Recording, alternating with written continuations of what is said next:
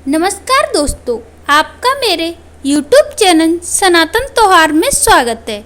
आज मैं आपको जितिया व्रत की कथा सुनाने जा रही हूँ। अगर आप हमारे चैनल पर नए हैं तो प्लीज़ हमारे चैनल को सब्सक्राइब करें और वीडियो को लाइक करें और ज़्यादा से ज़्यादा लोगों को शेयर करें। बहुत समय पहले की बात है। एक नगर में एक राजा रहता था। राजा बहुत ही दयालु था। राजा के राज्य में किसी भी प्रकार की कोई कमी नहीं थी। राजा और रानी अपनी प्रजा से अपनी संतान की तरह प्यार करते थे। राजा के महल में किसी भी प्रकार की कोई कमी नहीं थी। राजा रानी दोनों सुखपूर्वक जीवन बिता रहे थे। लेकिन राजा को एक चिंता थी, उसके कोई संतान नहीं थी। यह चिंता राजा और रानी को खाई जा रही थी। राजा ने सोचा कि मेरे मरने के बाद मेरा उत्तराधिकारी कौन होगा? मैं तो निर्वंशीय राजा हूँ। इस तरह से बहुत से लोग राजा का अपमान भी करते थे। रानी के पीठ पीछे बांझ भी बोला करते थे, जिससे रानी को बहुत दुख होता था। क्योंकि राजा रानी के सामने तो कोई नहीं बोलता था, लेकिन पीछे पीछे उनके बहुत सारे लोग बुराई करते थे कि रानी बांझ है, कि सुबह मुंह देख लो तो खाना तक भी नसीब नहीं होगा। लेकिन बेचारी रानी यह बोल सुनकर खून के घूंट पीकर रह जाती। उसकी आंखों में आंसू बहने लगते थे। एक बार की बात है, रानी राजा से कहने लगी, महाराज, अब हमारे विवाह का काफी समय बीत चुका है। मेरे तो कोई संतान नहीं है, इसलिए आप दूसरा विवाह कर लीजिए, ताकि आपके वंश को चलाने वाला कोई उत्तराधिकारी मिल जाए। और राजा ने अपने मंत्रियों से सलाह मशवरा किया और सबने राजा को दूसरा विवाह करने की सलाह दी। राजा ने अब दूसरा विवाह कर लिया। रानी छोटी भी आ गई, लेकिन धीरे धीरे समय बीतता गया। छोटी रानी के भी कोई संतान नहीं हुई। अब राजा बहुत ही परेशान रहने लगा। एक बार की बात है, एक महात्मा जी महल में आए भिक्षा मांगने के लिए। रानी अब दोनों रानी उस महात्मा के आगे रोने लगी कि हे महात्मा, हम बड़े दुखी हैं। महात्मा जी बोले रानी से कि रानी, आप क्यों उदास हो, क्या कारण है? तो रानी उन्हें बताती है कि हम राजा की दो रानियां हैं, हमारे कोई संतान नहीं है, यही हमारा दुख का कारण है। इतनी धन दौलत है जिसका हमें कोई लाभ नहीं है, और इसका हम क्या करें? यह हम सब दान कर देंगे। तब महात्मा कहता है कि मुझे धन दौलत नहीं चाहिए, मुझे तो सिर्फ एक थोड़ा अन्न चाहिए। और वह कहता है कि रानी से कि देखो, अगर तुम्हें संतान की प्राप्ति करनी है तो तुम जितिया का व्रत करो। अश्विनी मास के जो पितृ पक्ष में सप्तमी और अष्टमी को जो जितिया व्रत पड़ता है, उस व्रत को करो। विधि विधान से 3 साल में तुम्हें पुत्र की प्राप्ति हो जाएगी। पूरी लगन से करो। अब रानी उसकी बात सुनकर बड़ी प्रसन्न होती है। अब वह अश्विनी मास की जो प्रतीक्षा करने लगती है, और धीरे धीरे समय बीतता जाता है। अश्विनी मास का पितृपक्ष आ गया। पड़वा से दोनों रानियां नदी में जाकर स्नान करने लगी। कुएं पर सभी औरतें कहती हैं कि अरे रानी, आप क्यों स्नान कर रही हो? आपके तो कोई पुत्र नहीं है। वह कहती है कि आज से हम भी जितिया का व्रत करेंगे और कहानी सुनेंगे। लेकिन वह रानी थी, इसलिए ज़्यादा लोग बातें नहीं बना पाए।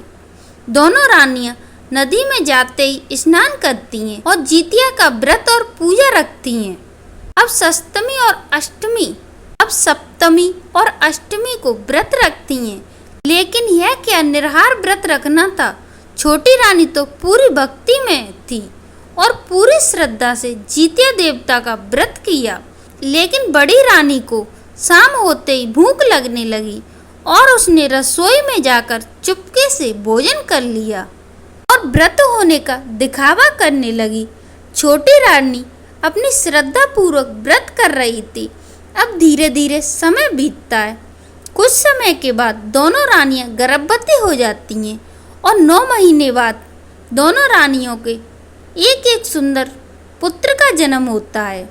और छोटी रानी के भी पुत्र हुआ और बड़ी रानी के भी पुत्र जन्म लेते हैं, जो वह मर गया और बड़ी रानी के पुत्र होते ही मर जाता है और छोटी रानी का पुत्र स्वस्थ और सुंदर होता है।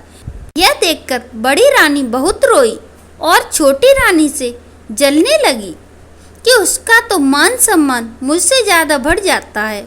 मेरा तो पुत्र होकर मर गया, लेकिन अब मुझे तो राजा साहब बिल्कुल नहीं मान देंगे। सब छोटी रानी का ज़्यादा पूछेंगे। अब वह मन ही मन छोटी रानी से ईर्ष्या की भावना रखने लगती है। उसकी ईर्ष्या यहाँ तक बढ़ गई कि वह छोटी रानी के बच्चे को मारने तक की सोचने लगी। धीरे धीरे समय बीतता है।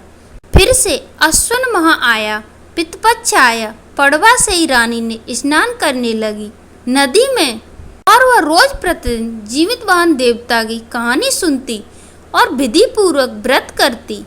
छोटी रानी बड़ी रानी को उदास देखकर समझती थी कि उनका पुत्र नहीं है, इसलिए वह अपने पुत्र को छोटी बड़ी रानी के गोद में दे दिया करती थी कि जिससे उनका मन हल्का हो जाए।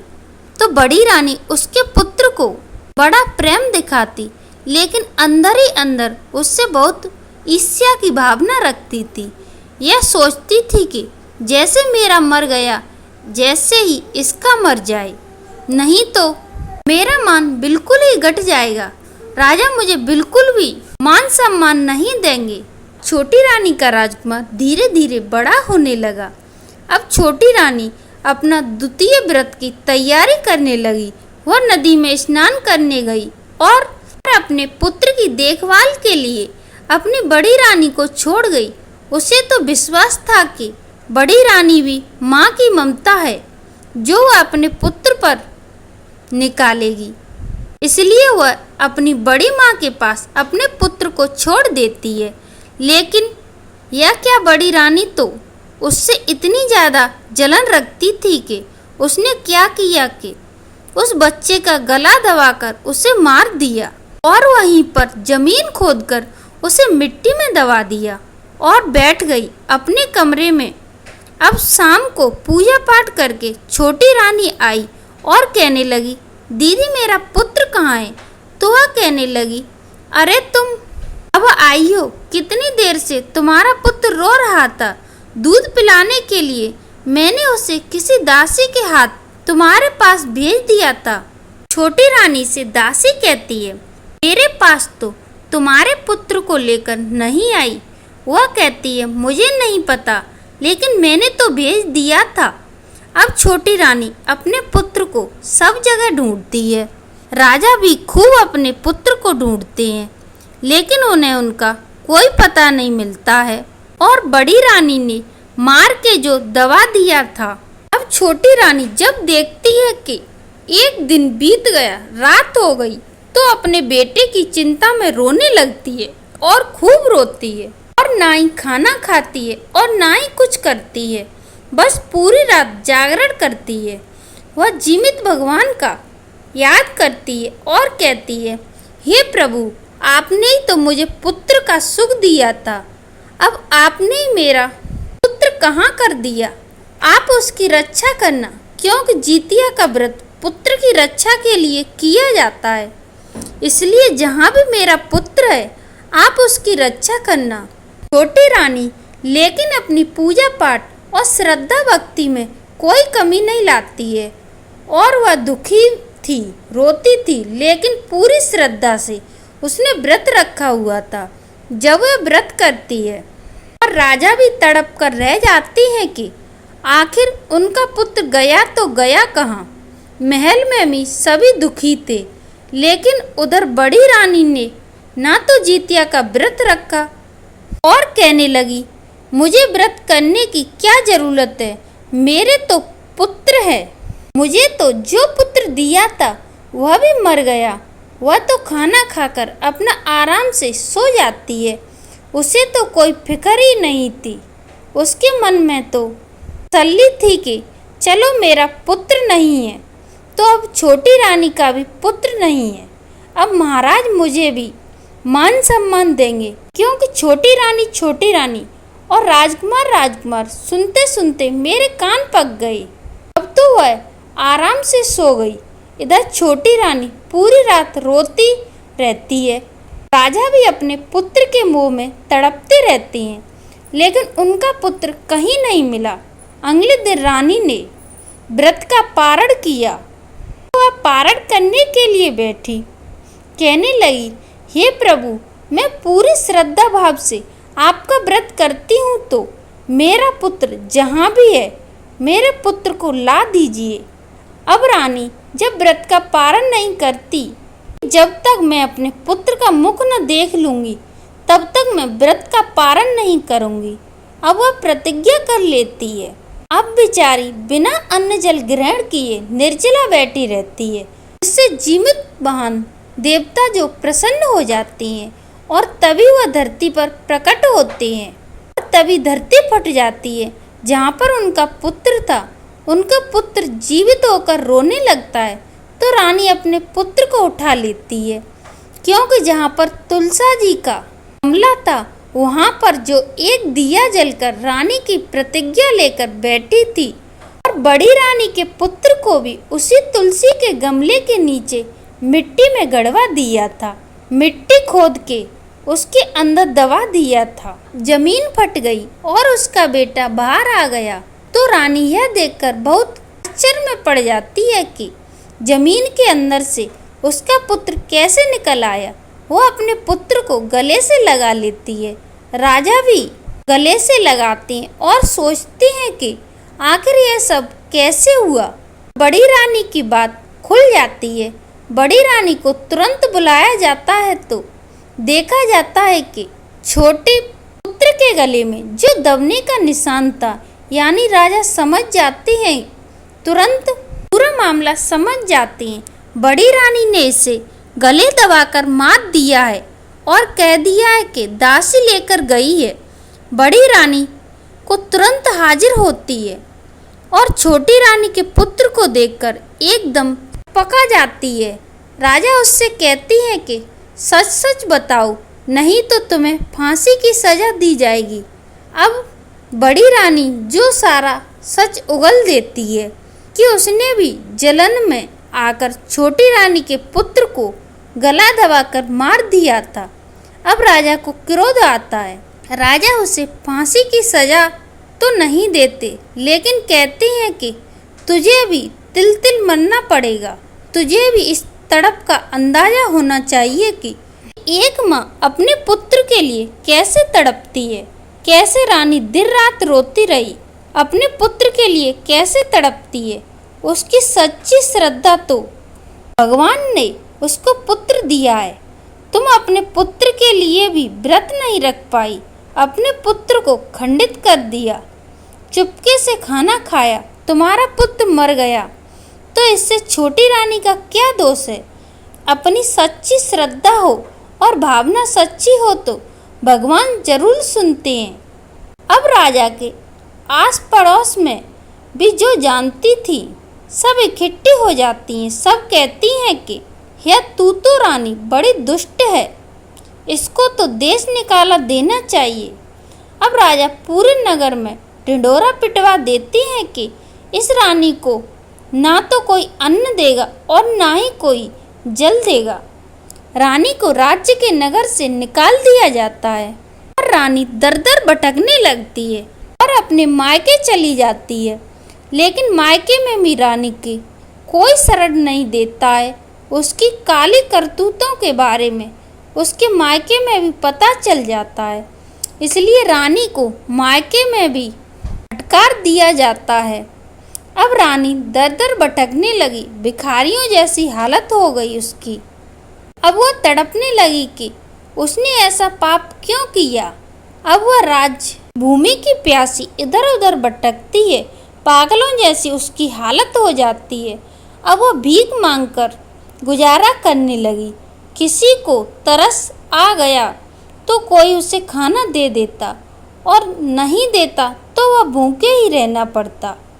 ऐसी रानी को अपने कर्मों की सजा मिलती है। इधर छोटी रानी का राजकुमार दिनों दिन बड़ा होता जाता है, क्योंकि भगवान की उस पर विशेष कृपा थी। अब राजा रानी और राजपाल सुखपूर्वक अपना जीवन व्यतीत करने लगती हैं, लेकिन रानी को बहुत कष्ट होता है। तो छोटी रानी बहुत दयालु थी। वह यही सोचती है कि भगवान ने एक माँ से उसका पुत्र क्यों छीन लिया। शायद इसलिए बड़ी रानी को मेरे पुत्र से जलन हुई। अब उसकी करनी का फल उसे मिल चुका है।